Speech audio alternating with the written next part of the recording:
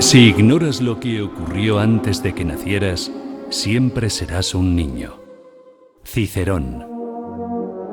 Una hora con la historia, un nuevo enfoque del pasado deshaciendo mitos, con Pío Moa y Kiko Méndez Monasterio, aquí, en Radio Inter. Muy buenas noches y muchas gracias por estar aquí con nosotros, dispuestos a pasar otra hora con la historia y con don Rafael Núñez Huesca. Muy buenas noches. Muy buenas noches. Y con don Pío Moa. Muy buenas noches, don Pío. Hola, buenas noches.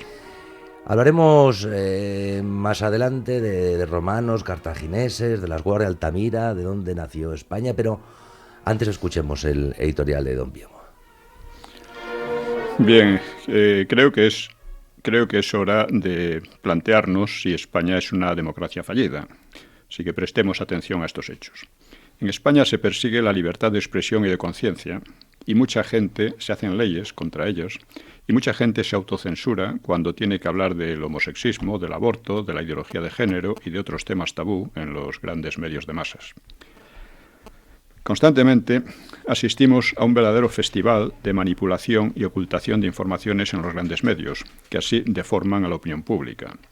Son silenciados deliberadamente temas cruciales, como el que venimos tratando sobre la política exterior española, las acciones de la OTAN o Gibraltar, o sobre las derivas políticas de la Unión Europea, que se presentan cada vez más como antieuropeas, según venimos exponiendo desde estos micrófonos, casi desde un gueto, ¿no? España es el único país del mundo en que los gobiernos centrales apoyan los separatismos y los financian con dinero público, es decir, con dinero de todos. Una organización terrorista, la ETA, ha sido rescatada de la ruina por un gobierno que reconocía así sus asesinatos de forma implícita pero indudable como un modo de hacer política, como un modo premiado además con legalidad, dinero público, proyección internacional, influencia institucional, liberación de presos, etc. En España la justicia se halla mediatizada por los grandes partidos y desprestigiada en la opinión popular, un hecho gravísimo para una democracia. Se cultiva una grosera falsificación de la historia que intenta imponerse por ley, al modo de los países más totalitarios, y que además ensalza como víctimas a asesinos espeluznantes del Frente Popular. En España, el idioma y la cultura españolas sufren un constante acoso y desplazamiento en diversas regiones, declarado idioma no propio, en favor de lenguas regionales minoritarias en esas mismas regiones, y sufre acoso y desplazamiento en el conjunto del país a favor del inglés, que es presentado como lengua superior ya desde la enseñanza en muchos lugares, la lengua de la ciencia, de la economía, de la música, en fin, de todo lo que ustedes quieran. Ahora mismo España va a presentarse en Eurovisión con una canción en inglés. También en el ejército se está creando una situación de bilingüismo español-inglés, con el inglés también como lengua superior, porque se trata de un ejército dedicado a operaciones en el exterior, por intereses ajenos, bajo mando ajeno y en idioma ajeno, o sea, en definitiva, un ejército cipayo, con Gibraltar como clave de la verdadera situación. España no es el único país europeo, pero sí el más entusiasta en la entrega fraudulenta de soberanía a la burocracia de Bruselas y al mando de la OTAN. Y ello hasta el punto de que la soberanía ya no reside en el pueblo, como reza la Constitución, sino en esos instrumentos ajenos de mando y en instrumentos o instituciones ajenas, extranjeras de mando, y en una oligarquía propia española que la entrega o vende por grandes toneladas, como decía un ministro, ¿no? Lo decía como elogio, como si la soberanía fuera una propiedad de esos partidos y políticos en lugar de estar ellos a su servicio. Y así podríamos seguir desgranando fenómenos que se han venido asentando como hechos consumados y que no corresponden a ninguna democracia concebible. No por casualidad, la corrupción se ha asentado también como una de las señas de identidad más definitorias de toda una clase política. Una clase política y mediática, además, pues muy frívola, antipatriota, inculta, irresponsable, ajena a los intereses del país y a todo sentido del deber hacia él. Se da el caso, además, de que los 4 partidos con mayor presencia mediática, así como los separatistas, operan ideológica y políticamente como si fueran uno solo. Todos ellos son hispanófobos o indiferentes a España. entienden el europeísmo como una huida o disolución de la nación. Profesan la ideología de género, el abortismo, el homosexismo, el multiculturalismo. Favorecen una peligrosa inmigración islámica. Muestran un anticristianismo más o menos acusado. Ninguno critica o debate la integración en una OTAN que viene sembrando el caos en países cuya estabilidad nos interesa al máximo. Todos aceptan con naturalidad una colonia en nuestro territorio o la entrega de soberanía a Bruselas. Los 4 partidos y los separatistas operan, repito, como un partido único, con diferencias de matiz, claro, y marchan en la misma dirección. Es más, incluso Podemos y el PP, como sabemos, se apoyan mutuamente, se deben mucho uno al otro. Sin embargo, se nos dice que todo esto es democracia, por cuanto esos partidos, esa clase política, no surge fuera de la sociedad, sino en ella. Recibe de ella votos para gobernar y, por tanto, representa a esa sociedad. Parece como si en España democracia equivaliese a corrupción, a tendencias totalitarias, a liquidación progresiva de la propia nación española, ¿no? Recuérdese que una dinámica parecida se desarrolló en la República y que los partidos que integraron el Frente Popular, unos totalitarios, otros separatistas, otros golpistas, algunos racistas y casi todos corruptos, pretendían defender la democracia. Ellos representaban la libertad y el pueblo. Es más, eran ellos el pueblo. Y no es casual que esta versión de la historia, que es fraudulenta de arriba abajo, desde luego, pues sea la raíz nutricia de lo que ahora llaman democracia. Pues en esa versión de la historia se basa el grueso de los discursos políticos compartidos hoy por izquierdas y derechas, por todos esos partidos que hemos indicado. Pues bien, precisamente por todo ello, solo puede definirse el régimen actual como una democracia fallida. En realidad, la democracia en boca de políticos y periodistas, con pocas excepciones, es solo una palabra mágica que cada cual interpreta a su conveniencia. Ninguno de ellos tiene un pensamiento democrático de alguna consistencia, como no tiene tampoco una noción del pasado y la continuidad histórica de España, o la tiene falsa. Y por eso la política se convierte cada día más en un esperpento que pudre a toda la sociedad. Un fenómeno degenerativo que está ocurriendo también en la Unión Europea, no solo aquí en España. En el libro La guerra civil y los problemas de la democracia, publicado hace un año en Ediciones Encuentro, abordé estas cuestiones. ¿Cuáles son las condiciones de una democracia sana y no degenerada y su relación con la guerra civil y el franquismo? ¿Cómo ha evolucionado el sistema desde la transición, etcétera? Y cómo no es cierto que los políticos reflejen a la sociedad. Por el contrario, ellos moldean a la sociedad en mayor medida que son moldeados por ella. El funcionamiento democrático es en gran medida una lucha por la opinión pública. Los partidos y políticos tratan de formar esa opinión y adaptarla a sus intereses utilizando los medios de masa u otros medios de masas, ¿no? Esto es legítimo en principio, pero deja de serlo cuando se socavan los fundamentos mismos de la soberanía y la convivencia en libertad, como ocurre hoy masivamente, cuando se despiertan odios ya enterrados, pero que se resucitan, etcétera, ¿no? Y eso por unos partidos que, en lo esencial, operan como un partido único, repito, en nombre de la democracia, pero contra ella. Bien, nos planteamos si puede cambiar esta situación. Acabamos de ver cómo en USA Trump ha derrotado a unos partidos y medios de masas, lo cual demuestra que sus manipulaciones pueden ser vencidas. Sin embargo, en España estamos aún muy lejos de ello. La resistencia es todavía escasa y dispersa, y predomina la cultura de la queja sobre la cultura de la acción. Por lo que nos toca, venimos insistiendo en este programa en la importancia decisiva que tiene la desmitificación de la historia para clarificar el presente.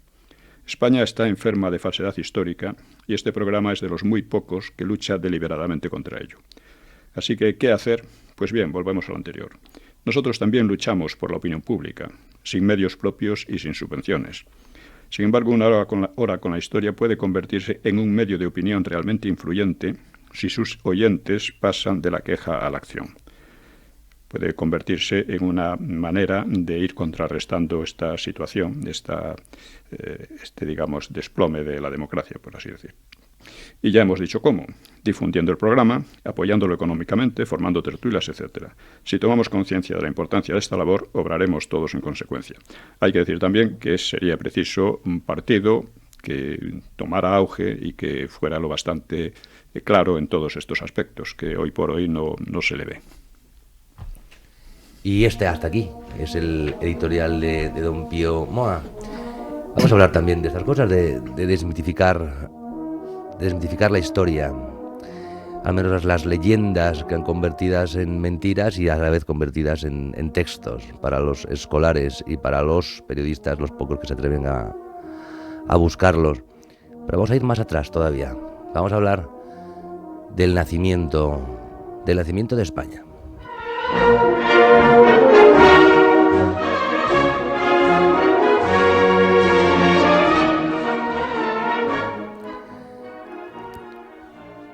Eso que suena, ya lo hemos dicho varias veces, un vals que le gusta mucho a don Pío Moa, se llama Las colinas de Manchuria. Bastante lejos de donde nació España, pero más allá de lo geográfico, o incluso hasta lo geográfico, hay discusión y debate. Ha quedado siempre muy abierto a la interpretación, incluso a la ideología. Cada cual, según su interés, marcaba o quería apoderarse de la idea del nacimiento de España para sustentar un proyecto político distinto en cada momento histórico. Algunos hablan de las cuevas de Altamira como exageración, es decir, de que antes, mucho antes, Atapuerca, ¿no? Las cuevas de Altamira, o Tartesos, otros, Américo Castro. Es una discusión famosa no solamente entre Sánchez Albornoz y Américo Castro, yo creo, ahora nos profundizará más don Pío, pero yo creo que casi todos los historiadores han peleado o han dado su dictamen sobre eso, y muy pocos coincidentes. Para algunos es 1812, como si España fuese una nación más bien modernita, jovencita. Para otros, ya digo, Atapuerca, las cuevas de Altamira. Para otros, quizá una de las tesis que ha sido dominante, al menos durante un tiempo, era de España en la Reconquista, en la Edad Media, la España contra la invasión, que iba forjando de alguna manera esa idea de ese mito también de una tierra perdida que había que ir reconquistando, que cuando se finaliza pues da lugar, eso sí es verdad, al primer Estado moderno en Europa. En fin, hay tantas teorías casi como historiadores, algunas complementarias, otras abiertamente contradictorias. Sobre esas o sobre algunas de ellas nosotros vamos a ir, si no me equivoco, don Pío, más bien al tiempo romano. Bueno, vamos a ver, la cuestión de qué es España, de si existe realmente como nación, de cuándo puede hablarse históricamente de ella, pues ha suscitado infinidad de discusiones, sobre todo después del 98, la crisis moral de la derrota ante USA, ¿no? Unas discusiones que en su mayor parte son bizantinas, ¿no? Desde luego es una cuestión clave, y en el libro Nueva Historia de España, que es mi trabajo más ambicioso, por cierto, pues empecé por plantearla. Y voy a seguirlo esencialmente hoy en esta sesión. Para saber qué es España, podemos empezar por observar a los españoles actuales. Se trata de una población con un idioma de origen latino muy mayoritario en todas sus regiones, un idioma de origen castellano, pero conocido y generalmente, digamos, como español a secas, ¿no? Y al que han contribuido las demás regiones, moldeándolo, así como los países hispanoamericanos. La religión histórica de los españoles ha sido el cristianismo en su versión católica, y sigue siéndolo muy mayoritariamente a pesar de ciertas crisis. España, es más, se distinguió durante mucho tiempo como principal defensor o defensora del catolicismo y principal difusora del catolicismo en el mundo. Eso sigue hoy existiendo, ¿no? España tiene un derecho de origen latino, costumbres arraigadas comunes, formas folclóricas, culinaria, etcétera, que definen al pueblo español con respecto a otros pueblos vecinos y que en gran parte tienen un origen romano o latino, ¿no? Pues bien, la historia de España debe empezar por establecer cuándo empezó eso que somos los españoles hoy. Y la respuesta es que empezó con la romanización, que nos trajo el idioma, la religión, el derecho, las costumbres más asentadas y más comunes a todo lo que llamamos España, ¿no? Y esto es importante distinguirlo. Antes de la romanización no existía España, ni por tanto los españoles desde un punto de vista cultural. Existían pueblos diversos, con lenguas diversas, a menudo enfrentados entre sí, y que además se sentirían muy sorprendidos de que se les llamase españoles, no sabrían de qué iba la cosa. Eso no quiere decir que no descendamos de ellos. Curiosamente, España es uno de los países genéticamente más uniformes de Europa, si hemos de creer a estudios científicos que se pueden consultar en Internet. Esa herencia genética ha permanecido a través de los siglos con mezclas menores, Contra lo que suele suponerse, la base genética de los españoles está emparentada con la de los europeos más occidentales, de Francia, de Irlanda y la parte occidental de Inglaterra, y en cambio las influencias procedentes de África o de Asia, como las judías o las moras o musulmanas o árabes, son muy débiles. El aspecto físico de los españoles es muy similar en todas sus regiones. Y bueno, es cierto que ha habido muchas mezclas a lo largo de la historia, mezclas con pueblos exteriores, pero su contribución ha sido muy escasa. Nunca superó el 10%, probablemente ni el 5%. Mucho más importantes, en cambio, y no se les suele prestar la atención debida, han sido las migraciones y mezclas entre los propios hispanos durante la colonización romana, para empezar. Durante ella desaparecieron en lo esencial las divisiones anteriores, ya no se habló más de íberos y celtas y de otros pueblos. Pues a lo largo de 6 siglos la población se había homogeneizado culturalmente por medio del comercio, la milicia y otros movimientos sobre la red de calzadas que cubría la península, y esa mezcla ha sido seguramente decisiva. La Reconquista, además, originó una emigración primero de sur a norte, de los mozárabes, y otra más prolongada y masiva de norte a sur, que repobló las 2 Castillas, Andalucía, Canarias, Levante y Baleares. Estas migraciones internas han seguido con más o menos masividad hasta hoy mismo. Es decir, esto es lo que ha hecho que el pueblo español sea tan homogéneo, más homogéneo que la mayor parte de los demás pueblos europeos. Bueno, pues bien, ¿qué podríamos deducir de estos hechos con respecto a la historia? En mi opinión, poca cosa. Autores como Sánchez Albornoz sí le dan gran importancia, ya que según él habrían conformado lo que llama una herencia temperamental o anímica, manifiesta en actitudes y conductas identificables a lo largo de los siglos, que se repetirían. Yo creo que no es así, o no es del todo así. Algo hay de base en ello, pero debe admitirse que, en fin, que estas diferencias, por otra parte, existen en todos los países. Basta viajar por Europa para percibir claramente peculiaridades nacionales en estilos o espíritu o lo que se quiera, a veces muy acusadas, y quizás relacionadas con su composición étnica o genética. Sin embargo, ya digo, no me parece muy relevante. Sánchez Albornoz ha insistido, por ejemplo, en los rasgos temperamentales entre la población andalusí y cristiana, o más propiamente española, durante la Reconquista.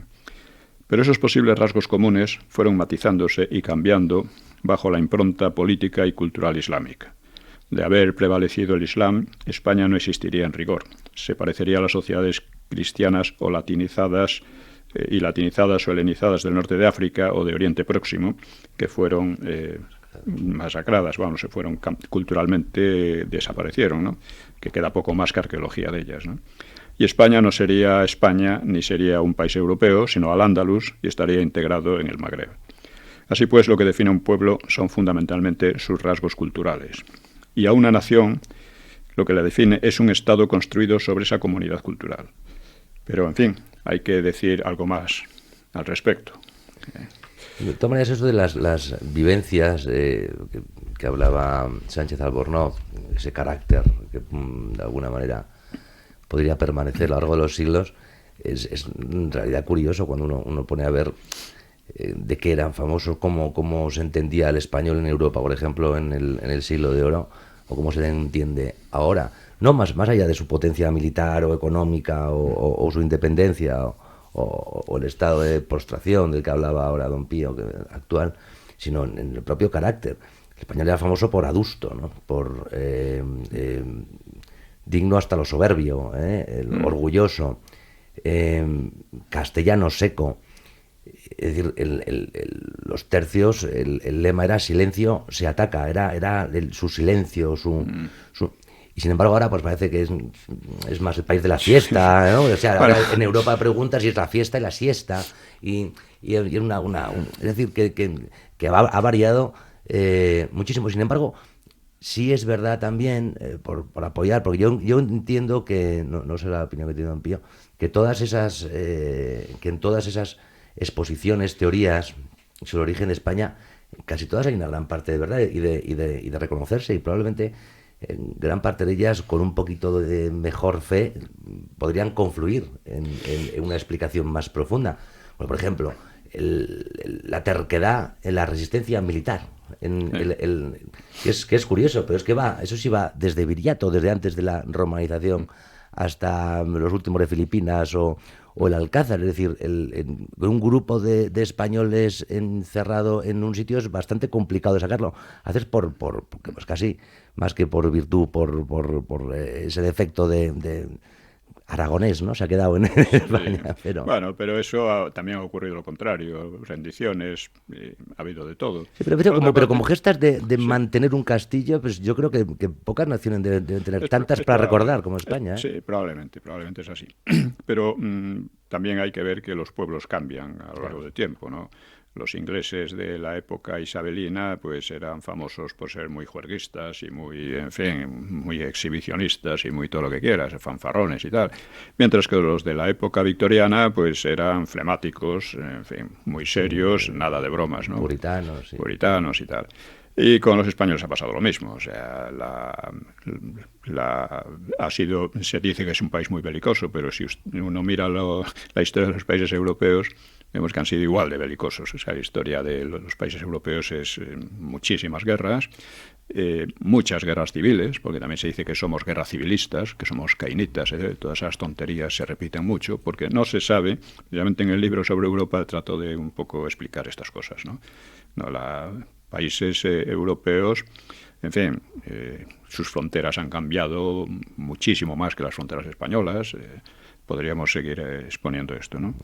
Pero en fin, de entrada, España pues se nos presenta como un país europeo, tanto en sentido físico, es una de las 3 grandes penínsulas europeas que avanzan sobre el Mediterráneo, y como en sentido cultural. Los movimientos políticos, intelectuales, espirituales y artísticos que han configurado lo europeo han moldeado también a España. Tenemos el Imperio Romano, por supuesto, el cristianismo, los reinos germánicos, el románico, el gótico, el renacimiento, en fin, todo esto, todos estos movimientos hasta hoy día, hasta el comunismo, el liberalismo, etcétera, las ideologías, todo eso han llegado a España, ¿no? Y han configurado en gran medida la historia de España, ¿no? Claro que estos elementos europeos comunes coinciden también con una diferenciación nacional muy grande dentro de Europa. No es lo mismo el liberalismo inglés que el liberalismo español. En Inglaterra le fue muy bien, en España el siglo XIX, el siglo liberal e inglés, en gran medida, pues ha sido un siglo bastante desastroso, ¿no? Y así sucesivamente. Y, en fin, dentro de España pues es un país ciertamente con muchas peculiaridades. Por ejemplo, posiblemente parte de ellas vengan de haber sido el único pueblo, junto con el ruso y en menor medida, menor grado, algunos balcánicos, que se ha ido formando o afirmando nacionalmente en una larga pugna contra una cultura no europea, contra el Islam, básicamente, ¿no? Este proceso, pues evidentemente dejó algunas huellas de la cultura derrotada, huellas del Islam, del Al-Ándalus, que actualmente se magnifican mucho, ¿no? Pero son muy secundarias. Son el mismo tipo de huellas que quedan del cristianismo en Marruecos. Son huellas, o de la romanización en Marruecos, huellas más bien arqueológicas. Pues aquí pasa lo mismo, aunque se quiere hoy día resucitar, ¿no?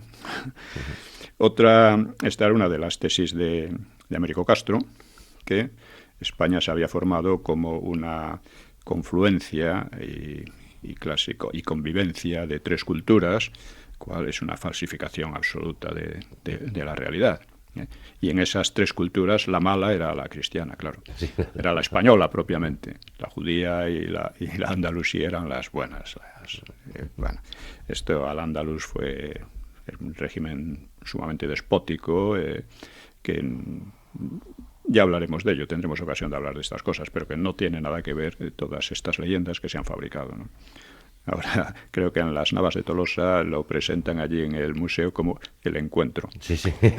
Bueno, fue un encuentro militar, sí, eso como desde luego. El abrazo de Vergara, básicamente, sí, qué valor. Sí.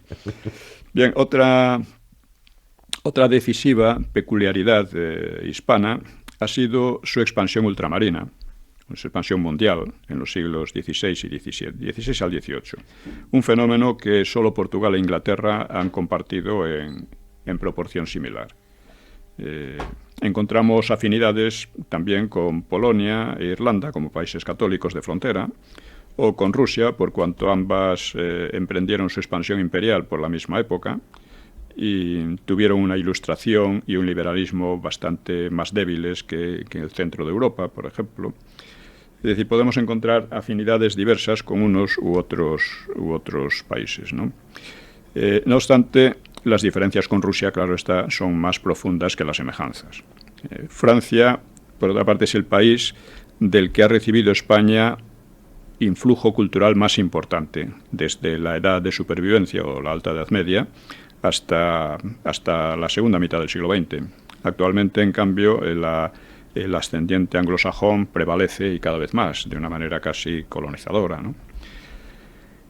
Ya a primera vista, pues percibimos en Europa tres grandes ámbitos culturales: el germánico, el eslavo y el latino, y en ellos también distintas hegemonías cristianas, protestante en los países germánicos, excepto Austria y la mitad de Alemania, ortodoxa griega en los eslavos, menos algunas católicas como Polonia o Croacia, ¿no? Católica en los latinos, salvo la ortodoxa Rumania. Así que España se inserta en el ámbito latino con Portugal, Francia, Italia y Rumania o Rumanía. Las afinidades idiomáticas del español con el italiano y el portugués son muy fuertes, bastante menos con el francés o con el rumano. Y hoy en el mundo hay unos 850 millones de personas, una de cada 8 habitantes del planeta, que hablan lenguas derivadas del latín, es decir, una herencia directa de Roma. Y la mitad de esos 850 millones corresponden al español. O sea que es la lengua latina más extendida y la segunda más hablada del mundo occidental, después del inglés. El inglés hay que tener en cuenta que en fin, su influjo cultural también en otras lenguas, ¿no? España es también una de las pocas naciones europeas, con Portugal, Inglaterra, Rusia y Francia, Rusia en menor medida, y Francia también, que han creado un vasto y duradero espacio cultural propio. En el caso español, sobre todo en América, con enclaves o restos en África, Asia y Oceanía.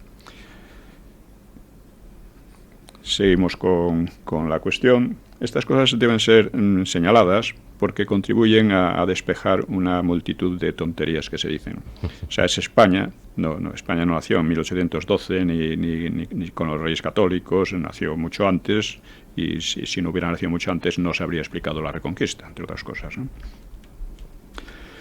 Bueno, físicamente España es el país más extenso de Europa Occidental, después de Francia, y el cuarto, incluyendo a Rusia y Ucrania, y probablemente es el más variado. En él es posible andar desde el Cabo de Creus al Cabo de Finisterre, o cientos de kilómetros por tierra, o sea, entre bosques, montañas y verdor, ¿no? O cientos de kilómetros por tierras llanas, poco arboladas y bastante secas, en las grandes mesetas centrales. En fin, y la flora y el clima cambian desde Galicia, el verdor de Galicia, la semidesértica Almería, ¿no? Sus archipiélagos también son muy variados, incluso entre una isla y otra, pero aún con toda su variedad, España forma un conjunto geográfico unitario y diferenciado, quizá el más unitario y diferenciado de Europa después de las Islas Británicas. De hecho, la península ibérica forma casi una isla, con un istmo comparativamente estrecho y ocupado por una abrupta cordillera que estorba la comunicación casi tanto como un brazo de mar. Junto con las otras dos grandes penínsulas europeas del Mediterráneo, la itálica y la griega, pues compone un ámbito geofísico muy distinto de la gran llanura húmeda surcada por anchos ríos navegables que configura la mayor parte del continente, desde los Pirineos hasta los Urales. Estas tres penínsulas ofrecen tierras más montañosas, el clima más cálido y seco. De ellas, la ibérica es la mayor, la menos lluviosa y la más claramente definida. Estos rasgos han incidido en la historia de España, dificultando las comunicaciones o la producción agraria por comparación con los países más al norte, aunque al mismo tiempo su clima y la variedad de sus frutos han hecho también la vida más llevadera que en esos países demasiado fríos y húmedos a menudo, ¿no? Comparado con las otras dos penínsulas, la ibérica se distingue por una posición excepcional, geoestratégica, abierta al Atlántico y al Mediterráneo, los dos mares de mayor tradición, de mayor tráfico y tradición cultural, comercial y político de la historia, no solo de la historia europea, al menos hasta hace muy poco, Realmente el Pacífico es económicamente más importante, ¿no? Y está casi tan cerca de África como Grecia lo está de Asia. Por su posición, los avatares de la historia mediterránea y atlántica han repercutido con fuerza en España, como sabemos, que España ha sido al mismo tiempo barrera y puente, lugar de afluencia bélica o pacífica de pueblos, como ya hemos indicado, ¿no? Aunque no han tenido una influencia genética decisiva, ¿no? El país, otra característica de España, es que pudo haber pasado del ámbito cultural europeo al afroasiático en 2 ocasiones, y en parte así ocurrió durante varios siglos. Si ha predominado, o sea, en la época de Cartago y en la época de la invasión islámica. Si ha predominado la cultura europea, se debe a una esforzada decisión política, una decisión cuyos éxitos no estaban de ninguna manera predeterminados. Esto es importante tenerlo en cuenta.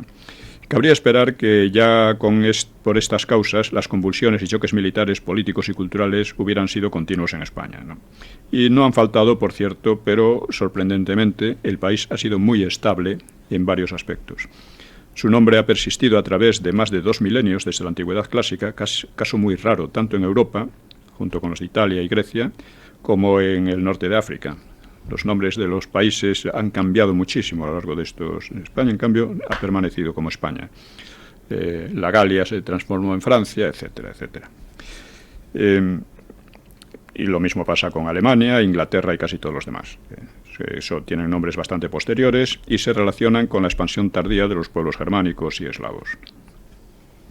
Sí, en realidad, entonces, los pueblos en la época romana se habla así de pueblos, ¿no? Más que de territorios. Sin embargo, España es a la vez pueblo y zona, ¿no? Sí, entonces, efectivamente, muy claro. ahí sí hay casi una señalar ya una prenación que no existe, porque otros son pueblos además que fluctúan tanto en los intercambios entre ellos como sus propias posiciones geográficas, que van cambiando, ¿no? En el norte de Europa. No, pero es importante la pervivencia del nombre de Hispania, España, no es un mero azar, o sea, encierra además una opción político-cultural.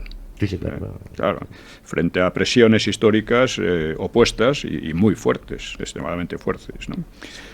En fin, encontramos además que España es la misma estabilidad, digamos, que hemos visto en el plano genético, en el plano histórico, pues la encontramos en las fronteras. A lo largo de las edades de alta y baja edad media, o sea, que yo les llamo supervivencia y asentamiento, España sufrió inestabilidad crónica, como el resto de Europa. Pero llegada a la edad de expansión, o sea, el final de la Reconquista coincide en España, o sea, la Edad Moderna, sus fronteras han resultado mucho más firmes que las de casi todo el resto de Europa. En su forma actual proceden de mediados del siglo XVII, con la mutilación de algunas comarcas transpirenaicas, pero conserva básicamente las establecidas al final de la Reconquista, con la incorporación de las Canarias y la reincorporación de Navarra. La frontera con Portugal permanece apenas modificada desde que el vecino país se separó en el siglo XII. Por contraste, podemos comparar con las fronteras de Italia, de Bélgica, Holanda, que datan del siglo XIX, las de Suecia y Noruega de principios del siglo XX, las de Reino Unido de 1922, las de Alemania de 1945, igual que las de Polonia, Rumanía o Hungría. Francia experimentó rectificaciones importantes en el siglo pasado, en el siglo XX, y aún son más recientes las fronteras de naciones creadas o reconstruidas al caer la Unión Soviética, como Rusia, Chequia, Eslovaquia, Ucrania, Bielorrusia, la antigua Yugoslavia, etc., ¿no? Asimismo, España sufrió una sola invasión real en los últimos 5 siglos, mientras que solo en el siglo XX la mayor parte de los países del continente ha sufrido al menos 2. O sea, eso lo decimos contra esos tópicos absurdos de que España es un país belicoso, es un país inconsistente, que eso lo difunden, por ejemplo, hay libros anglosajones, uno le ha hecho una crítica en Libertad Digital, y que la ha reproducido también en la Gaceta. Es un conjunto de observaciones de hispanistas ingleses sobre la historia de España, dirigidos por Raymond Carr, y Y viene a decir, bueno, que España es un país inconsistente, ¿no? En que cada región se preocupa de sí misma, casi cada comarca se preocupa de sí misma, en fin, el guerra civilismo, todas esas tonterías. Y claro, recordado, pues mire usted, Reino Unido ha perdido Irlanda en pleno siglo XX. Irlanda, que no es poca cosa. Lo que pasa es que ese planteamiento inglés sobre España, los hispanistas, con honrosas excepciones, esa preocupación ahí de Inglaterra, o los ingleses con mirarnos como un microscopio, en realidad no obedece a una preocupación humanística o científica, ni mucho menos. En gran parte es un socavamiento permanente de una nación contra la que probablemente se ha hecho Inglaterra. Igual que nosotros estamos hablando de España, que se ha podido hacer contra las invasiones africanas, por ir más allá, por resistir esa frontera geográfica más definida de lo romano. Pero claro, Inglaterra, como se ha hecho contra España, quizá tienen todavía... Yo suele ver en eso a veces más sentimiento de inferioridad que de superioridad, aunque esté camuflada de soberbia. Sí, bueno, hay que reconocer que Inglaterra desde el siglo XVI, XVII ha tenido unos éxitos extraordinarios, ¿no? Claro. Culturales, políticos. El siglo XIX ha sido casi en todo el mundo un siglo inglés, en gran medida. Más que tanto además así como España ha perdido su empuje cultural, lo ha perdido de una manera tremenda, ¿no? Uno coge la cultura española del siglo XIX, por ejemplo, incluso del XVIII, y son culturas secundarias en Europa. Imitan a lo francés o lo inglés, etcétera, pero su originalidad, la originalidad enorme que tuvo en el siglo XVI y parte del XVII, pues eso, se ha perdido. Pues lo vemos en todo. Pongamos, por ejemplo, un caso que me parece muy, muy claro. Aquí hay muchas empresas inglesas que exhiben su inglés por todas partes. Ponen el inglés, que se note que son ingleses, etcétera, ¿no? Ahí, en cambio, tenemos empresas españolas muy exitosas, como la de Adolfo Domínguez, la de Amancio Ortega. Es inglesa, culturalmente es inglesa. Desprecia el español. Es una cosa sorprendente, pero muy indicativa. Que incluso... Yo creo que es un tema, que el problema estamos jugando en un campo de juego con unas reglas del juego. Están jugando al fútbol, es decir, que al fin y al cabo es un planteamiento inglés. Claro, el imperio inglés se hace en base al comercio, y vivimos un mundo, una explosión comercial sin ninguna analogía en la historia posible. Es decir, todo es comercio. Decía que el imperio inglés, más que el imperio, parece un emporio. Claro, al jugar con sus reglas del juego, sus reglas de... Claro, es que utilizamos todas sus palabras, reglas de marketing, se asume, pero...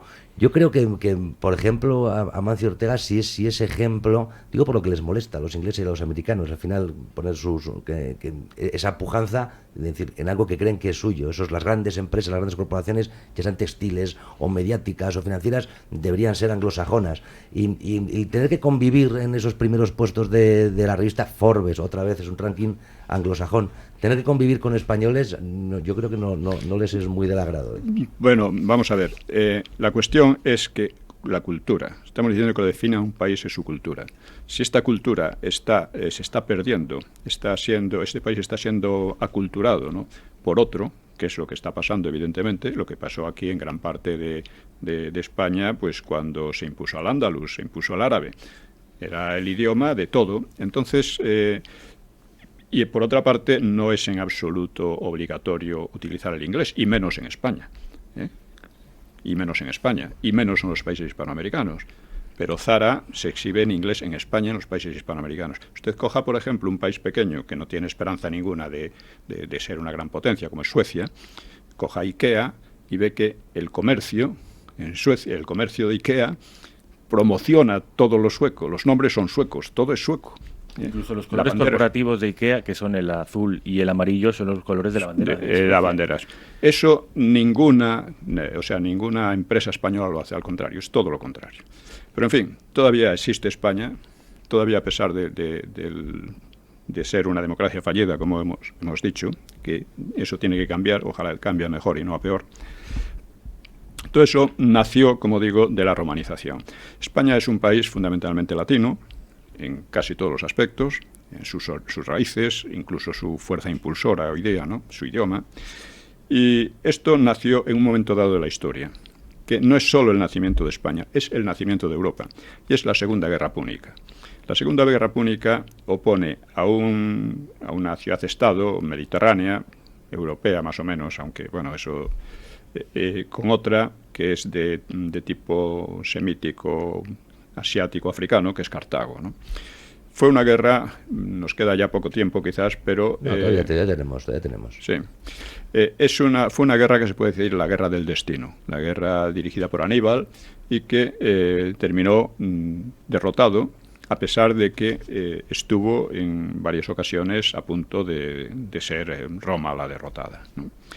Entonces, tendremos que hablar de eso porque eso definió la posibilidad del Imperio Romano. Si el resultado hubiera sido el contrario, el Imperio Romano no habría existido. Lo que habría existido es otra cosa, no sabemos qué, pero no habría existido el Imperio Romano. Y el Imperio Romano es la base de toda la cultura europea. Es la base fundamental, porque incluso cuando hablamos de la cultura griega, que es evidentemente otra raíz esencial, pero la cultura griega... A través del tamiz romano. A través del tamiz romano, a través de Roma, sí. Y porque Grecia realmente era un país euroasiático. En la época del helenismo, su centro principal de cultura estaba en África, Alejandría, en Egipto. Era un país mediterráneo, o sea, su ámbito real era el Mediterráneo oriental. El ámbito de Roma fue primero el Mediterráneo occidental, cuando derrotó a Cartago, y después el Mediterráneo oriental y gran parte de Europa, hasta las Islas Británicas, en fin. Eso, ya digo, configuró realmente la historia de Europa. Sin ella, lo que ha pasado después no sería concebible. A través del Imperio Romano llegó el cristianismo. Aunque sea de origen judío, llegó a través del Imperio Romano y sin él no habría adquirido la fuerza que ha llegado a adquirir, configurando un poco las señas de identidad europeas. Un poco bastante, igual que decimos que la filosofía griega llega a través del tamiz romano, Roma nos llega a través de los conventos y de los monasterios cristianos, que son los que recuperan sería difícil, habría existido Roma, pero sin ese punto de recuperación que hace la Iglesia, el catolicismo, que es en gran parte heredera de esa Roma, pues también habría, y al cabo la estructura, la misma estructura de la Iglesia católica que todavía permanece, es una estructura aquí en Occidente netamente romana, y en Oriente también, de la Roma de Oriente, pero bueno, sí. pero netamente romanas, desde las parroquias hasta la familia, hasta el sumo pontífice. Entonces, Pues hubo un momento, como digo, en que la historia pudo cambiar, y ese momento fue decidido en gran medida por Escipión, el rival de Aníbal. O sea, fue la batalla de Cannas. La batalla de Cannas pudo haber destruido a Roma si no fuera porque en la historia intervienen muchas veces decisiones personales que pudieron pasar y pudieron no pasar. Aníbal pudo haber avanzado, como le pedían sus generales, avanzado inmediatamente sobre Roma. Dice que lleguemos allí antes de que ellos sepan lo que ha pasado. Y Roma tenía fuertes defensas, pero no tenía defensores en aquel momento, ¿no? Es decir, podría haber acabado con Roma en aquel momento. Bueno, pues en Cannas también se vio otra cosa, y es que los romanos quedaron tan desmoralizados que muchos capitanes y tal, pues se reunían ya para decir, bueno, vamos a ofrecer nuestros saberes bélicos a otros pueblos, a otras ciudades, a otros países, ¿no? Entonces, dio la casualidad de que Escipión era un personaje de una inteligencia y de un carácter realmente excepcionales. Y esto se mostró precisamente en Cannas, ¿no? Era muy joven y cuando decidió venir a España para decidir aquí la guerra en la península ibérica, pues era muy joven, ¿no? En Cannas tendría 19 o 20 años y fue elegido para el mando de los supervivientes.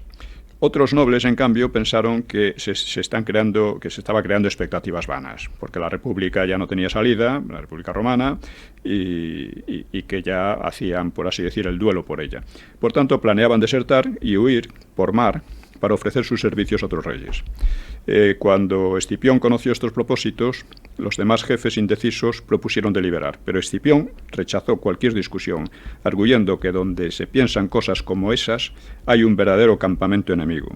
Así que fue con algunos fieles a la tienda donde hablaban los partidarios de huir y dice Polibio, desenvainando la espada sobre la cabeza de los asistentes, dijo: «Juro por mi conciencia que lo mismo que yo no abandonaré la república del pueblo romano, tampoco consentiré que la abandone ningún otro ciudadano. Exijo que con estas mismas palabras juréis los presentes. Quien no jure, sepa que mi espada está desenvainada contra él». Los presentes, aterrados, juraron y se entregaron a la vigilancia de los hombres de Escipión. De esto depende mucho, porque claro, cuando él decide venir a España, los romanos habían recibido una serie de derrotas también en España. Es decir, él piensa que es por España por donde se puede decidir, porque es la base esencial del poder cartaginés, ¿no? Y entonces tiene una concepción estratégica realmente genial.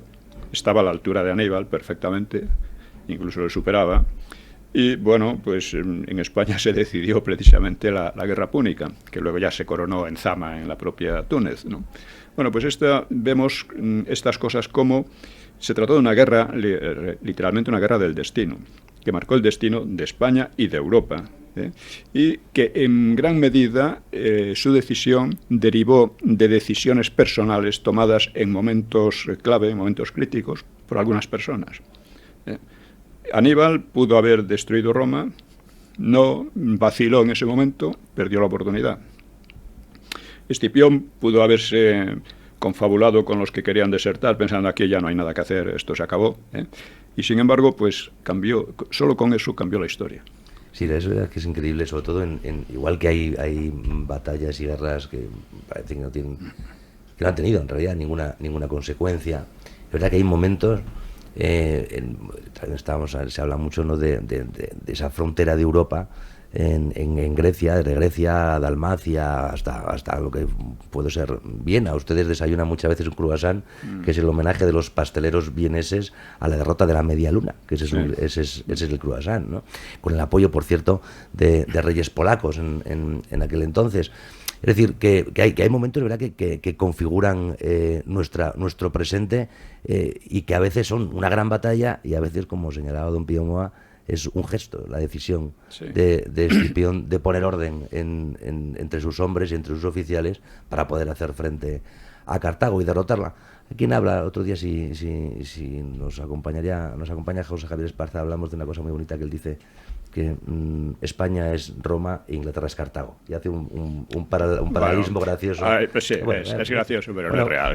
No, me refiero en cuanto a eso que hablamos antes de carácter, ¿no? El carácter más comercial, por encima de la introspección, del derecho, del bien común. Ya. ¿No? Pues es una... Pero bueno, sí, se pueden hacer esas comparaciones. Pero lo importante es señalar eso, que hay una guerra fundamental de la que deriva el resto de la historia de España, de la que deriva la hispanización y de la que deriva la historia de Europa. Y cómo muchas veces en estas cuestiones, porque cierta historiografía nos ha tratado de acostumbrar a pensar que todo estaba predeterminado y que todo son movimientos masivos y tal, y sin embargo, en ellos influye siempre la personalidad del que es líder en aquel momento, por ejemplo, ¿no? De las minorías activas. O el que se hace con el liderazgo, ¿no? Se habla tanto. Vamos a escuchar la sintonía mientras don Rafael Núñez Huesca se prepara para contarnos qué hay de historia en el hoy y qué hay hoy que bebe de la historia.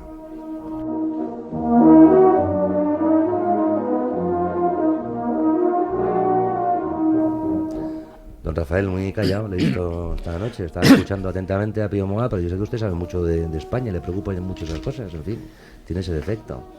Tengo ese defecto de pensar tanto en España, no hay que pensarlo tanto, hay que hacerla, más que pensarlo. Sí que hay una cosa que me gustaría añadir a lo que ha contado don Pío respecto del proceso de culturalización anglosajona que para muchos disfrutaremos, pero bajo mi punto de vista padecemos más que disfrutamos.